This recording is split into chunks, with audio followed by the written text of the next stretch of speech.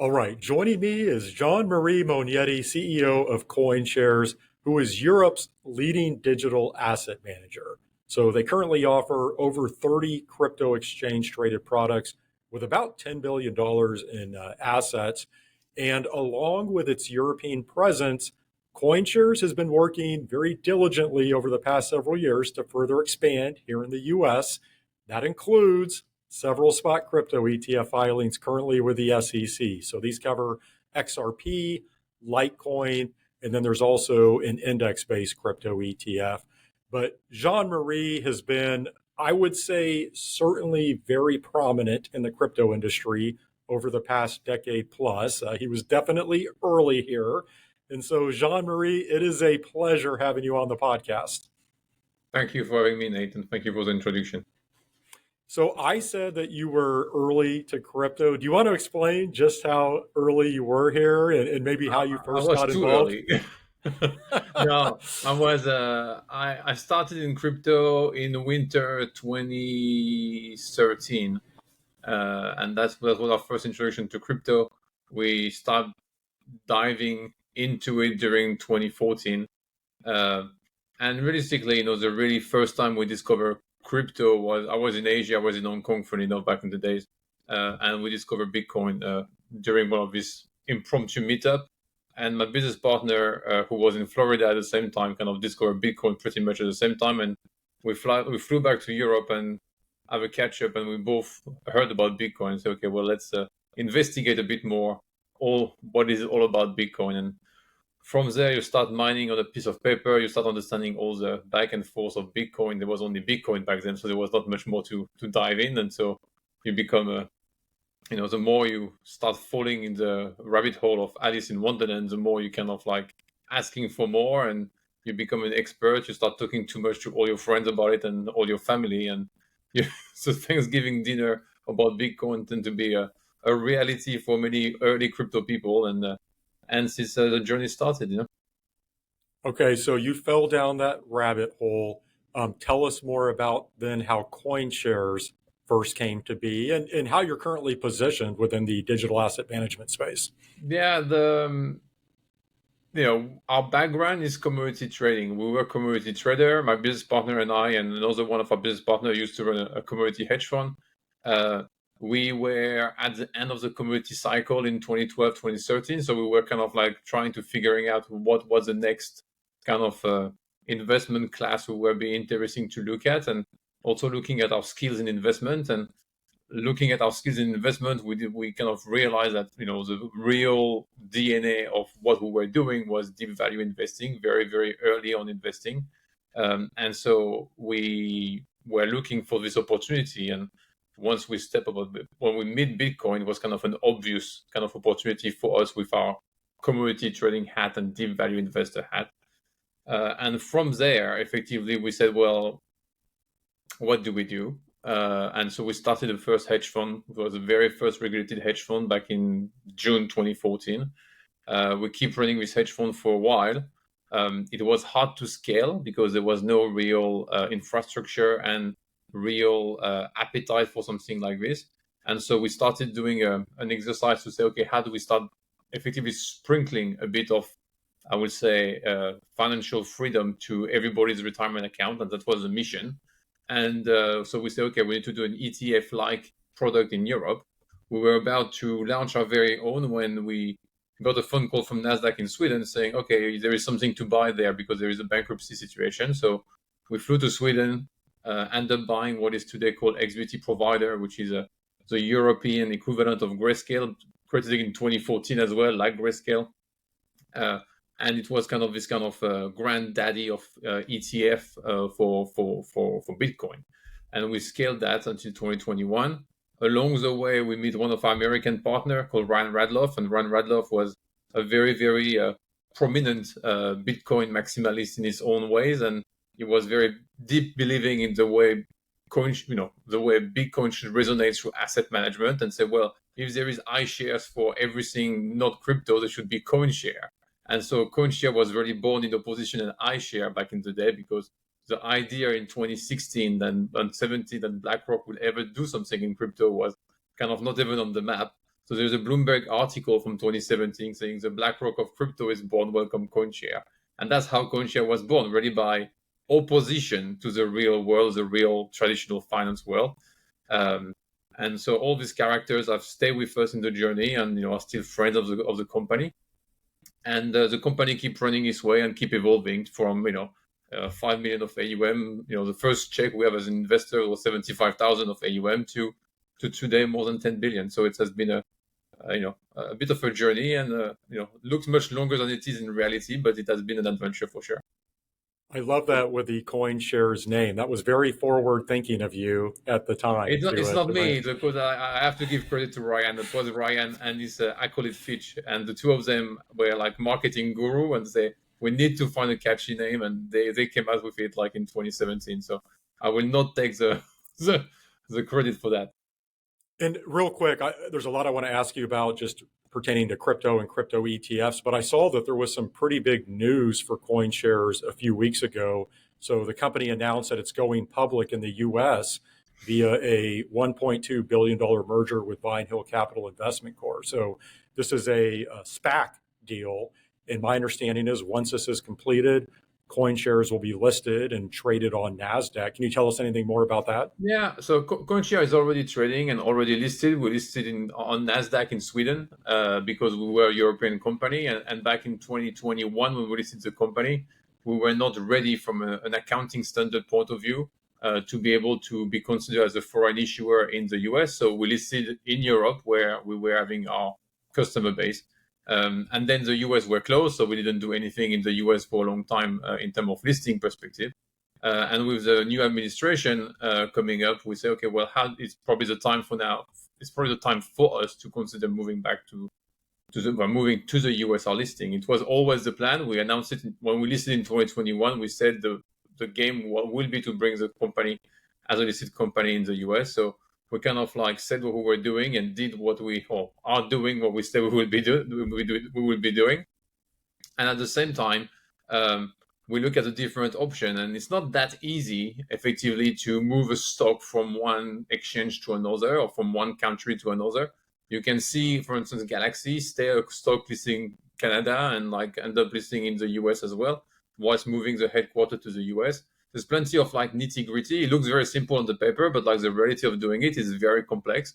And so what we wanted to do effectively is like keep CoinShare as where it is headquartered today in Europe, whilst moving the stock completely from trading in Sweden to trade only effectively in the US, so no more European listing.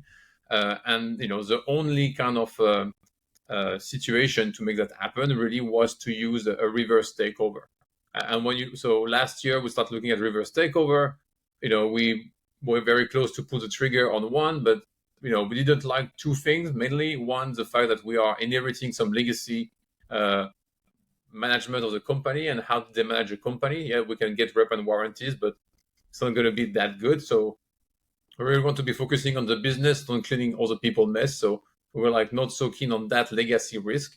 And the other thing is like from an accounting point of view, we're just acquiring a company which has a market cap of some kind, which is becoming an intangible asset on our balance sheet, which will be depreciated over time. It's why is it worth 25, 50, $100 million market cap? Because the market thinks so, but there is no real tangibility to it. So not a great things to do. Like people at OSL did that in Hong Kong before, and a few others that in the US. So we're like, that's not keeping the story clean. So what we really want is like a reverse takeover in a clean shell, effectively, with a bit of cash. We don't really need cash. We have plenty, so we don't really need more money. It's more like we want to get a proper free float. So a bit of cash to create dilution and get a proper free float. And at that point, you say, well, what is the best solution? Is like to use what people call a SPAC. And so technically, we are the perfect anti-SPAC or the SPAC anomaly, because people use a SPAC to go public or as a last line of resort when there is no more option of financing. And we're really using a SPAC to go American. So, we're really doing stuff a bit differently again. We're using the technicality of the SPAC vehicle, but realistically, it's a reverse takeover in a clean shell. And when is the projected time frame for all of that to be completed? Oh, that's a $1 billion question or $1.2 billion question. I would love to tell you yesterday. It's taking its time.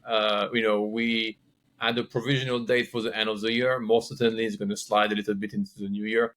At the end of the day, it is down to the accounting team and the auditors to make sure we are signing up accounts on the PCAOB. There is down to the SEC to be able to review F4 filing, and there is some kind of antitrust kind of filing as well, which are required in the US. So, all this stuff takes a bit of time, but we are working diligently, or as diligently as we can. And also the US government need to reopen. So, as long as we get a shutdown, we can't really progress. So it's kind of a work in progress.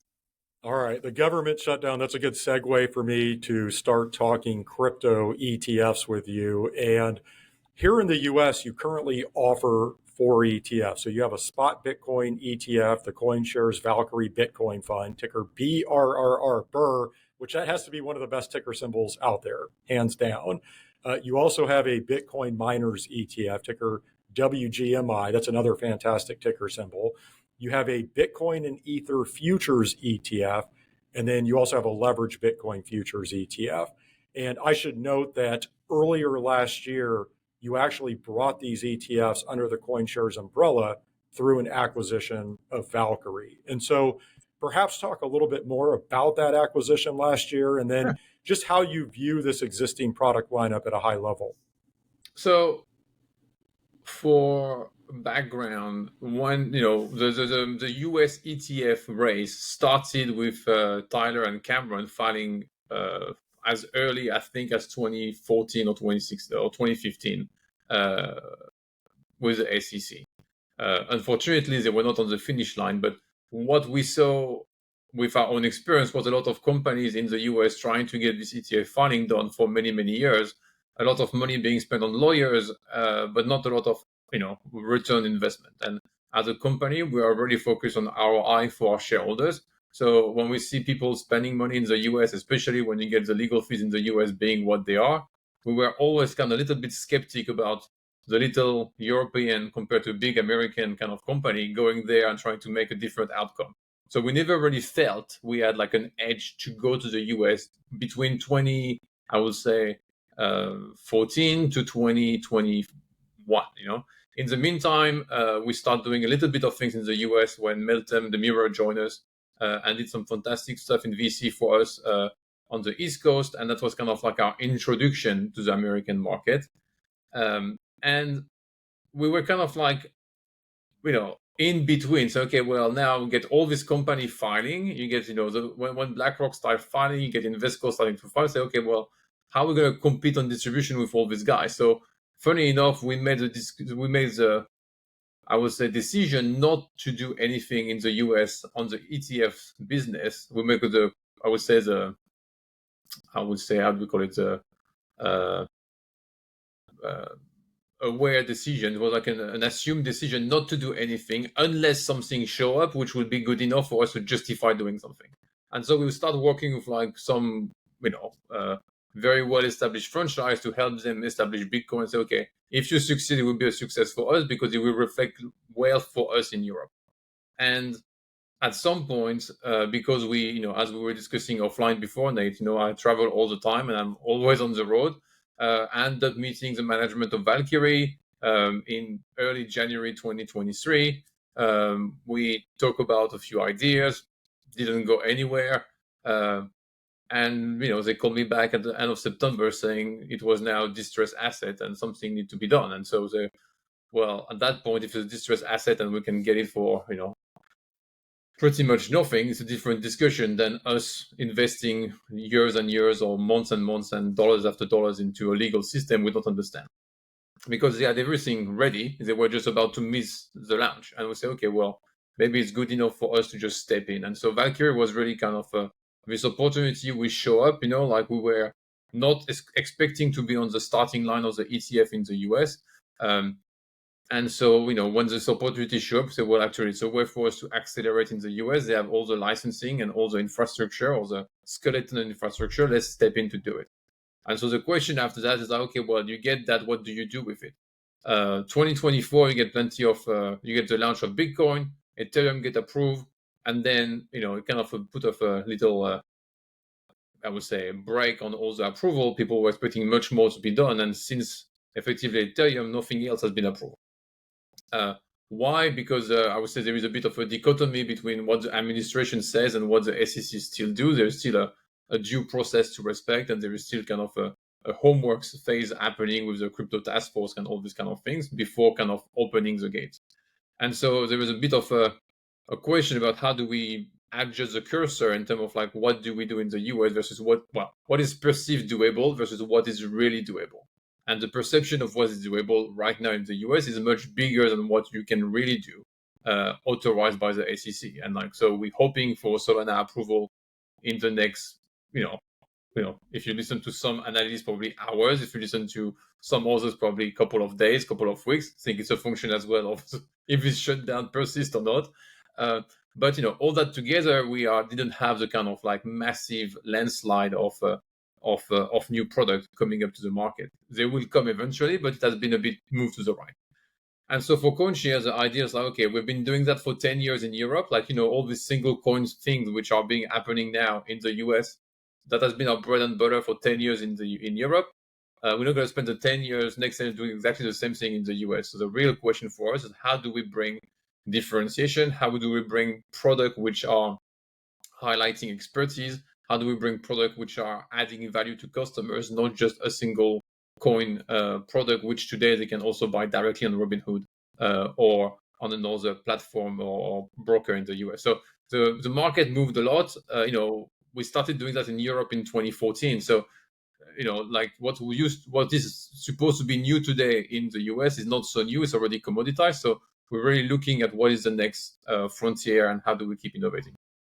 Well, let's talk a little bit more about that on the product development side. So I think you articulated everything there well. Valkyrie really gave you a nice foothold in the US market. And I mentioned at the top, you do currently have filings with the SEC for several other spot crypto ETFs. I mentioned XRP and Litecoin, and then you have an index-based crypto ETF.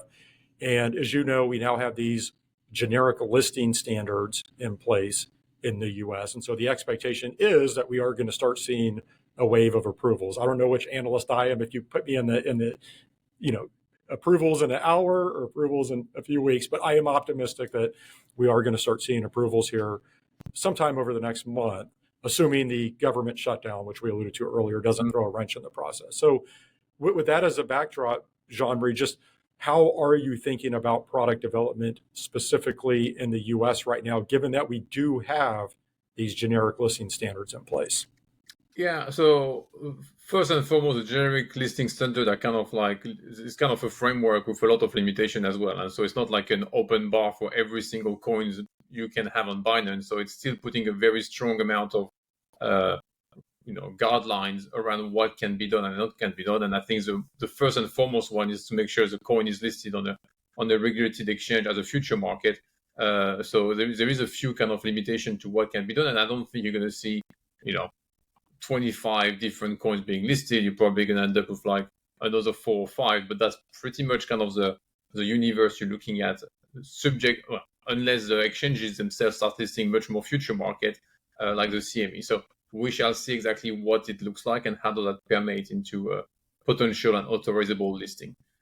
When it comes to CoinShare, look, we need to do a few of them because we need to get some table stake product. It's good awareness. It's good business. It's good business practice for us to maintain awareness in the US. But we have no legitimacy to compete with BlackRock. We have no legitimacy to compete with Fidelity, and we're not even trying. That's not where we are standing. It will be unreasonable and irrational from us to even think we can compete with them. So we're really standing in our own lane and trying to be this kind of very specialized focus on digital asset in general asset management house, which bring high value products to the market. So we're launching a product next week called Dime, DIME, the ticker. It's a basket of 10. It's probably some coins which are not available in the US and will not be available anytime soon under the framework. So there's kind of a bit of differentiation here. Again, it's not a massive amount of differentiation, but it's bringing some kind of very interesting new investment universe to the American market. With the generic listing standards, my expectation, and I'm assuming it's yours as well, is that these will evolve over time. But I'm just curious, is there anything in particular that you would like to see in the US? Because you've seen in global markets, how crypto ETPs come to market and some of the frameworks that have been developed there. Is there anything that you've seen, say, in global markets that you would like to see adopted in the US, or just how do you see this evolving over time? No, I think the in-kind creation was a kind of a critical factor missing, which was creating a lot of slippage for investors. So I'm glad to see the in-kind creation happening. It is almost a norm in Europe. It is still an anomaly in the US. So we need to fix that a little bit to make sure there is less friction on the ETF issuer and on the APs as well, and ultimately on the ultimate client. So that's kind of one of the big points which is being fixed right now. There is still some IRS discussion around, what is a good asset and what is not good asset, and so that's kind of technicality around taxability of some asset and pass through of tax, for which the IRS and the SEC to some degree, there is a bit of an intersection here, which need to happen, and an agreement in terms of what needs to pass through, so as things can fly better. Paying staking as a dividend is a terrible idea.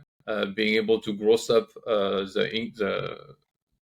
coin entitlement of every product is a much better idea. There is some practice in which it to change around that, and it's work in progress overall. And I think the landscape today is much better than it was 18 months ago, and it will be much better in 18 months. And as you said, the risk framework will evolve, and CoinShares very much look at how the US evolve and are pioneering this evolution, because what we saw at CoinShares really is like, for the last 5 years, the US were nowhere to be seen in terms of regulatory leadership in crypto. With the new administration, everything changed, and there is a clear mandate from the SEC, or clear demand at the SEC as well, to take back this leadership. And now the world is listening. You go to the FCA. The FCA was kind of like not doing anything in crypto until now. On the 8th of October, the UK will allow crypto ETN, or crypto ETF, for sake of a better word, to be invested by retail, after banning them in 2020. So there's a massive shift which is happening beyond the US, but which is driven from the US, funny enough. So the US got back very quickly this leadership role, and that's very nice to see, because I can't tell you the amount of regulator I visited over the years. I was in Hong Kong in 2018 with our friend at Nomura. We have a joint venture in custody with Nomura. And we were in Hong Kong in 2018 talking to the SFC about, can we do something in Hong Kong together, because Nomura used to have a big presence in Hong Kong. And the SFC was like, it was 2018, oh, we're not going to do anything until the SEC do something. So it was kind of like a massive waiting from many regulators in the world to see what the SEC will do, just because they were worried to antagonize the SEC by their own decision, or by making any decision, full stop. So it's glad to see the SEC now taking the leadership, and America kind of shining on the global scene when it comes to crypto regulation. So with the SEC taking that leadership role, and we talked about, hopefully the generic listing standards will evolve over time. Let's just assume that we do continue to see a growing number of crypto-related ETFs coming to market here in the US. You were previously mentioning the competitive dynamics here, where you do have some of the largest players in asset management involved in the crypto ETF space, the BlackRocks of the world, the Fidelities of the world. And you said that the way that you're going to effectively compete is by staying in your lane. And it sounds like attempting to offer differentiated products. I'd love to have you expand on that a little bit more, and then maybe you can tie in just how you see crypto ETF demand overall evolving, because I think most agree that we're still pretty early in investor adoption. But I'd love to have you just add some color to that. Like, how early do you think we are in investor adoption of crypto ETFs, and then maybe tie that into the competitive dynamics as well? So let me give a little bit of data, just for sake of having a bit of color. And they're not like as of last night, they're more like as of 31st of December 24. So just we get some established data. December 24, you get $134 trillion of assets managed over the world by asset management professionals. That's kind of the global AUM, $134 trillion. And out of this $134 trillion dollars of asset, only 10 basis points at that point is invested in crypto ETF. So that's 10 basis points. Then you look at different surveys. There's an EY survey with asset management company managing over $1 billion this year. And the numbers which were interesting was like 85% of the manager plan to allocate to cryptocurrencies. 65% of them plan to allocate more than 5% of their NAV. And then 60% of them plan to do it through ETF. So there is two numbers here which are interesting. There's the 5% is an interesting data point. And why is it interesting? Because it kind of tally with a number which are the optimal portfolio allocation numbers that you get from the JP Morgan research or Goldman research or even the BlackRock research. So that's kind of tally with this kind of overall optimal portfolio, and also tally with the CoinShares actually research data that was published much more earlier than all these big franchise. And then you look at this number and you say, well, we very much in the first inning, because 10 basis points versus 5%, even if the 5% is a bit overinflated, we still have plenty of marginal progression. And then you look at the last question, which is how do you want to invest? And people say, oh, we're going to invest in an ETF. And the reason why they want to invest in an ETF is because if you're a big asset management company, you're not going to reinvent your entire operating model for 5% of your NAV. And so we're still in this phase of where digital assets are not part of the investment thematic the same way, or the technology underpinning it is part of the investment thematic. We're still really allocating to digital asset as an investment class. It is still not the technology driving the asset management and the financial sector. And then the second point to add about the total addressable market is pretty much the fact that crypto was born from retail into institution. You know, we talk always about how much institutional adoption has been done in crypto. We are just starting. It's not even starting. If you look at the 13F filing, most of the names who show big position are just arbitrageurs who are long effectively the ETF and short the CME or some other kind of derivatives. They're not just like long only people who have a conviction of the trade direction they're doing. So the long only are not even there. You only get people who are just clipping the spread. And so you put this stuff together and you say, okay, well, actually there is a massive opportunity ahead in terms of digital asset consumption as an ETF in an investment portfolio. Not only because the 5% number, and we see that 10 basis points, so there's plenty of growth potential, but also because the institutional market didn't even start allocating. So these two together are very interesting. Now, the stuff which is much more interesting to that, which is a kind of a second derivative, is kind of like how does the technology we have under crypto, or i.e. the blockchain technology, and effectively traditional finance start to converge, and you end up with like the kind of like narrative with a Vlad at Robinhood or a Larry Fink at BlackRock is pushing, which is the tokenization of everything. And so at that point, you go beyond just, okay, I invest in Bitcoin or invest in Ethereum. You go like, okay, this is becoming the way investment works. So all your investment is powered through blockchain, and all the asset management become on-chain. So the whole asset management industry become an on-chain industry. The whole banking ECM desk are becoming on-chain. And all this kind of change are very, very important in where this industry is going. So when we think about CoinShares, we think not only of what we have been doing. Yes, we have been doing ETF for the last 10 years, but that's because realistically, there was nothing else to sell. I couldn't really sell you on-chain asset management 10 years ago. Now, maybe in 10 years, it will be something which is very much part of our daily life. And so what we want to make sure is like we are able to translate that across time.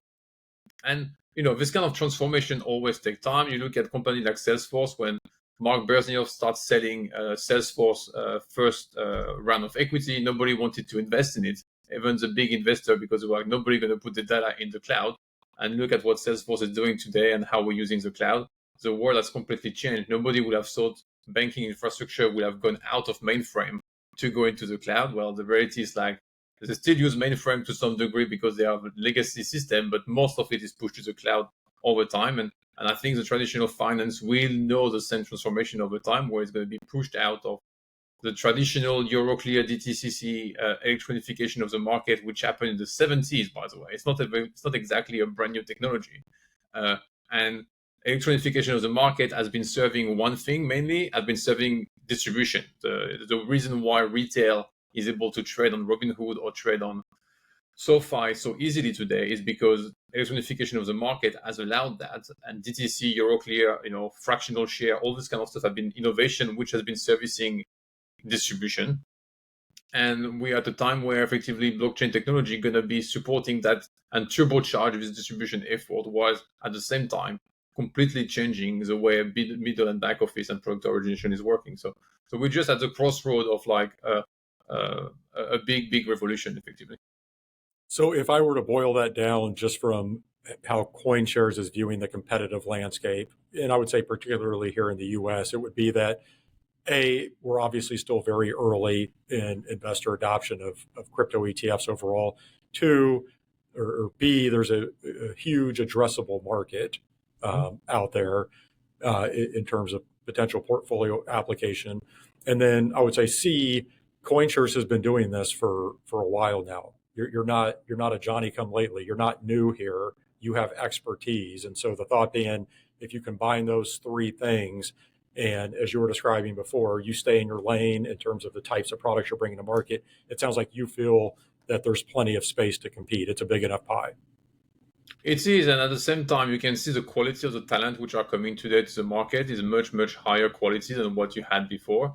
I'll give you an example. We just announced an acquisition yesterday of a company called Bastion. Bastion is a actively managed asset management company. So it's basically what people call a hedge fund, specialized in digital assets. They only do digital assets. They only trade quantitatively. So there's only systematic trading.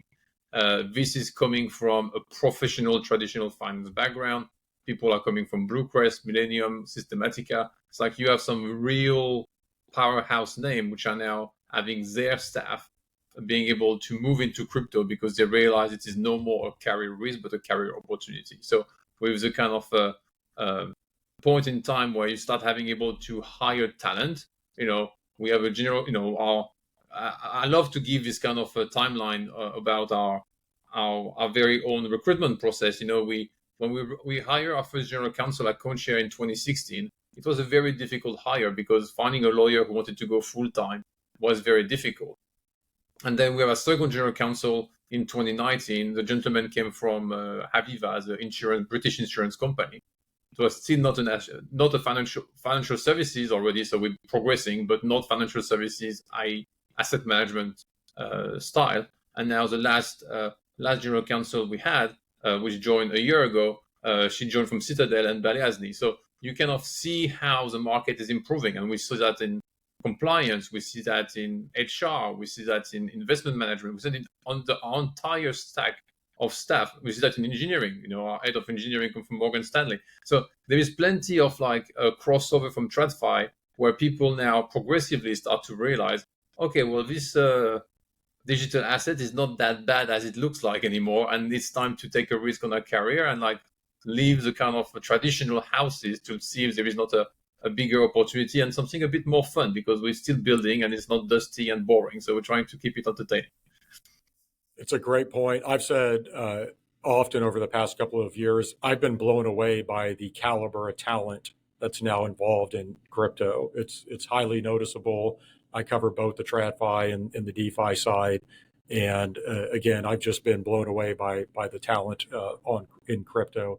Jean-Marie, just a few minutes left here. You were alluding to potentially the optimal allocation to crypto in a portfolio. And I'd love to have you just talk a little bit more about the role of crypto in a portfolio overall.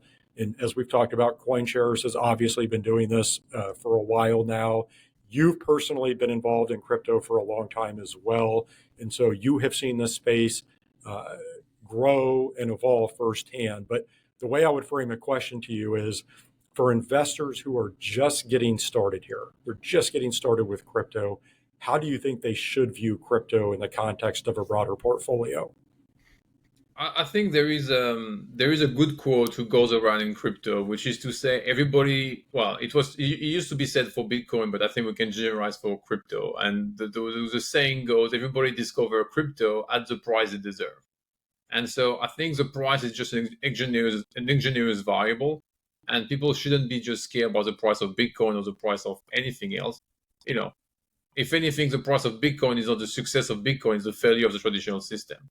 And so I think people should have exposure to Bitcoin. They shouldn't not consider not having some exposure to Bitcoin, but they should supplement this exposure today because we are much further down in the journey than we were in 2014. So people in 2014, they were going Bitcoin only because there was nothing else. And then in 2016, 17, you get Ethereum. So what we tend to say today is like, if you come in crypto today, you should definitely start with Bitcoin. It is your entry point, and you should see that as your kind of benchmark for everything you do. And from there, start to allocate to some other coins, but like really think, or ETF representing coins, but really think about it as how do you diversify away from Bitcoin and like say, okay, I get this kind of key Bitcoin exposure. How do I add to my overall asset allocation portfolio within the effectively digital asset landscape, and see, not everything is the same. Not every chain is the same. Not every chain has the same value. So try to segment them and try to characterize them by, okay, what I'm doing here, I'm investing in Ethereum because I believe it is the layer who will power tomorrow stablecoin, or investing in Solana because I believe it is a layer who's going to power trading or like high frequency trading. So have some kind of real key conviction about why this network will be able to generate revenue. I think what is very important to look at as well is like, what kind of fees are being spit out by this protocol? Are they generating fees? And then so you can look at applications which are running on this network. So you can, if you look at Hyperliquid, if you look at Aster, which are effectively derivative platform, which are decentralized derivative platform for trading, which are really generating revenue, which are kind of, I would say, evolution of what we saw before, like the Uniswap and so on. So you get like some evolution in the thematic. Look at this kind of stuff, say, okay, that starts to look like real business. The token economics effectively start to look like a much some form of representation of the value created by the business. I think what you're going to see as well is like the SEC changing the rules around what is the securities or how securities work, and being less, I would say, wary, creating a less wary for entrepreneur. I'm going to let the tokenomics evolve much closer to what is a securities and towards what used to be just a utility token, but we call it a utility token because we don't want to call it like a stock effectively. So I think the blurry line is going to start to converge much more, and you're going to start to see things which are much more investable, much more interesting, and it's also going to help you, I would say, separate what is good and what is bad, and make sure, let's be clear, a lot of this token goes to zeros. There's way too many tokens, but there is a fantastic amount of formidable project. And so if you make your homework properly, there is some very good investable thematic and investable project. Well, Jean-Marie, very well said. I think the perfect spot to end our conversation. I really enjoyed connecting this week. Certainly wish you all the best moving forward. Thank you for joining me. Thank you, Nate. That was Jean-Marie Mognetti, CEO of CoinShares. Hope you enjoyed this episode of Crypto Prime. As always, you can stay up to date on all my latest guests by visiting CryptoPrimePodcast.com. See you again next week. Crypto Prime is hosted by Nate Geraci, president of OTR Media LLC. Nate is also president of investment advisory firm Nova Diaz Wealth Management. While OTR Media and Nova Diaz are related by common ownership, they are separate and distinct entities, and anything discussed on this program should not be construed as an official statement by Nova Diaz. Some guests appearing on this program may also be financial sponsors of Crypto Prime. This program is for informational purposes only and does not constitute investment advice. Investing in crypto assets involves substantial risk, including the possible loss of principal. Any past performance figures discussed are not necessarily indicative of future results. Visit CryptoPrimePodcast.com for more information.